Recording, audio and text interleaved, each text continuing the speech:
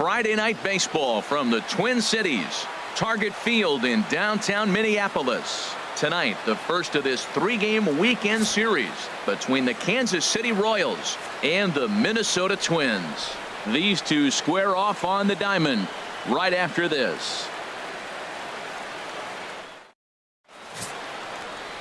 Adrian Margowski is ready to go as he'll be on the mound for Minnesota. What do you have for us on him, H? Well, our starting pitcher today is making his major league debut. You can only imagine the anxiousness, the anxiety that's going through, and the nervousness. So I'm really excited to see, can he calm those nerves?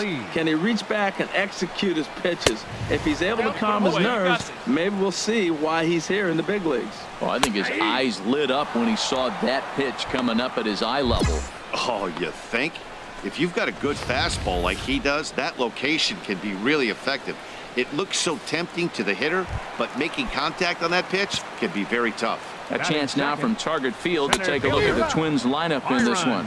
Harold, what's the key for him against one of the best starters in the game? Well, Matt, this lineup is interesting to me because they're not a club that's going to hit for a lot of average. Not many guys in the lineup. You look at the lineup, the numbers are not there. They're the bottom third in the league as a team in batting average.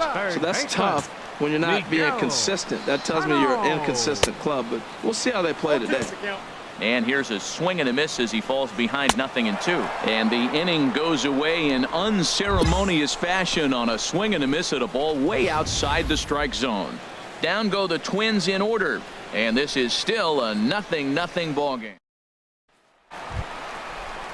Here's Brian Dozier now, and he is proving to be something of a non-threat with the bat in his hands this year. The average isn't pretty. A fastball, and he swings through it to fall behind. And then that's a pretty good example of why he's such a great pitcher.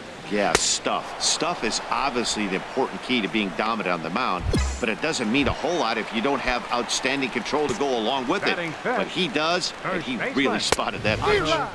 Oh, and he just blows the fastball by him for strike one.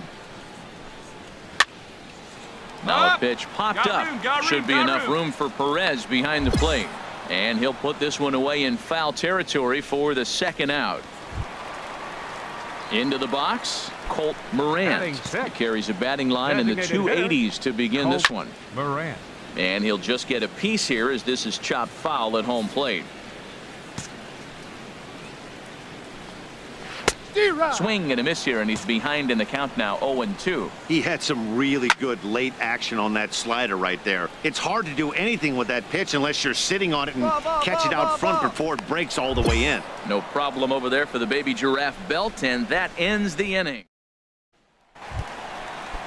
Now in the box, Eddie Rosario. He'll get us going in the home half of inning number 3. And he pops it up back behind second base. Harrison is underneath this one, and very quickly one gone.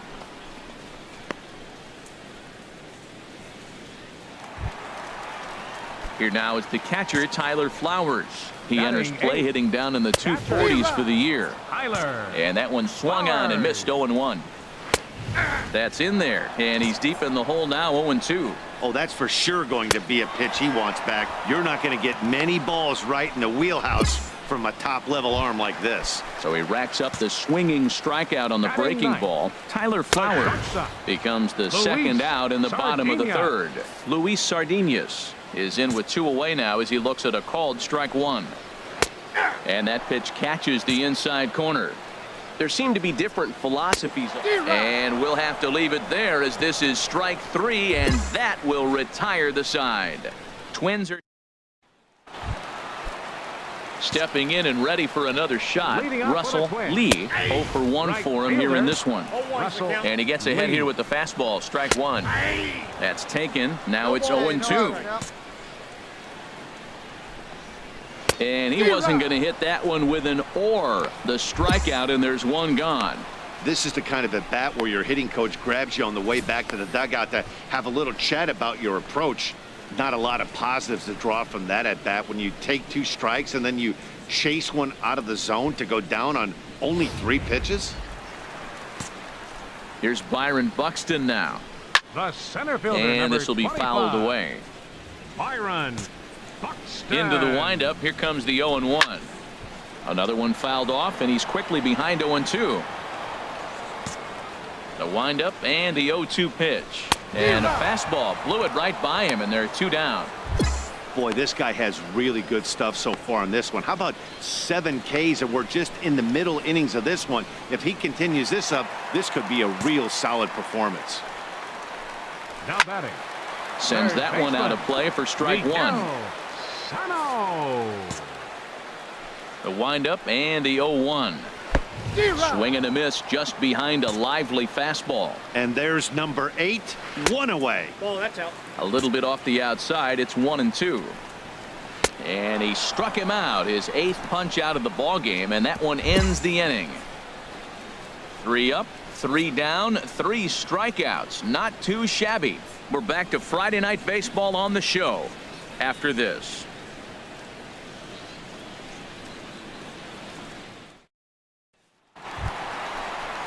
Digging in for his second at-bat, Brian Dozier comes into this at-bat 0 for 1 in the ballgame. Brian Dozier.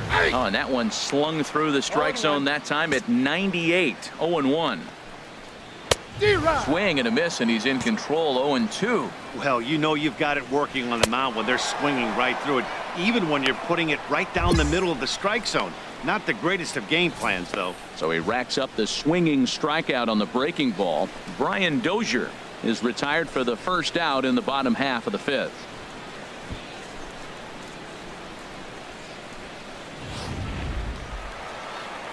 In now, Otto Capel. Now batting. Swing and a ball lifted in the air toward the line and right.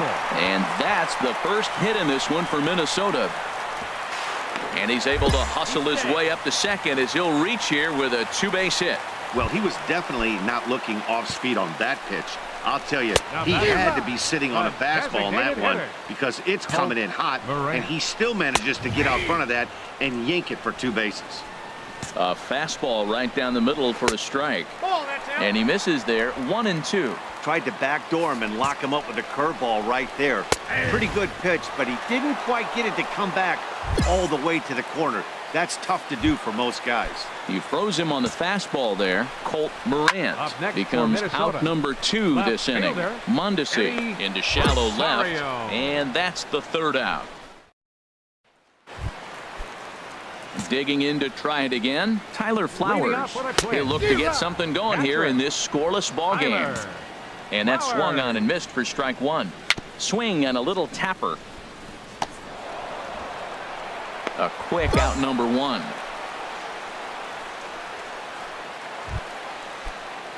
Striding in once again, Luis Sardinhas. He's 0 for 1 thus far. And this is going to be a foul ball. The 0-1 pitch.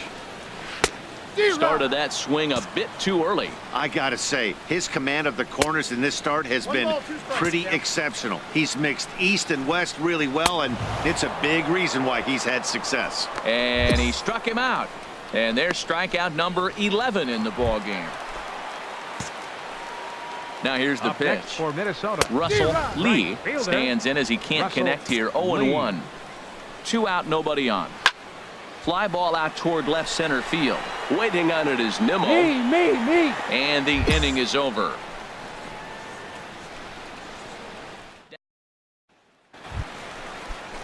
Digging in once again, Byron Buxton. He comes in 0 for 2 thus far. First pitch fastball swung on and missed 0-1. That's popped up out toward short right field. Harrison is in his tracks now. I got it. 1 down.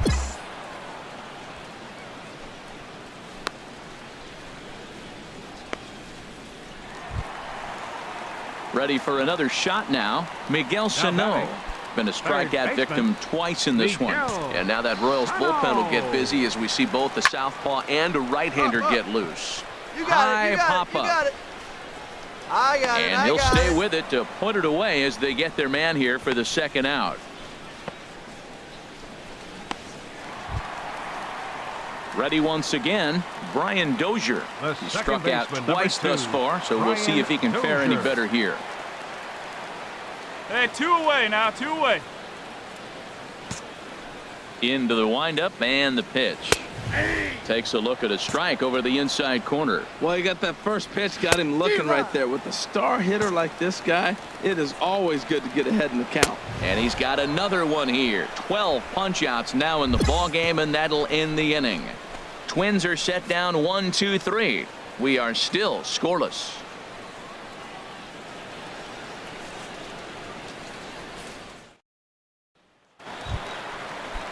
Ready for another chance. Otto Capel. He'll see what he can do leading off the home eighth.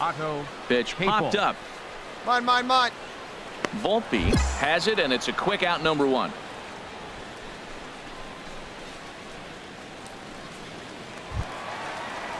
Now at the plate, Colt Moran. No hits in 2 trips to the plate for him in the ball game. Moran. First pitch of the at-bat on its way.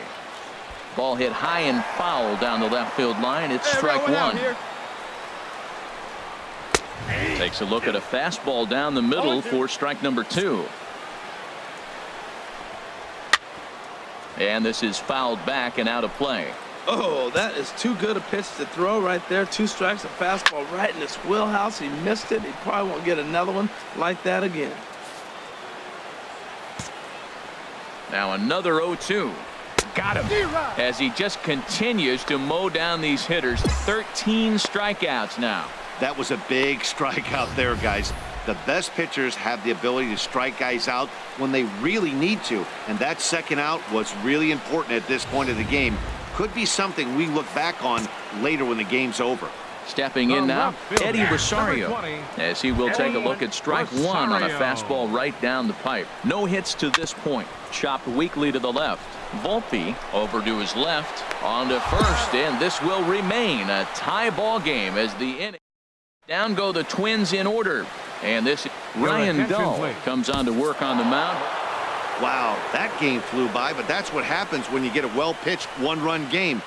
Both hurlers battled, and it's almost a shame somebody had to lose this one. And that one run held up tonight.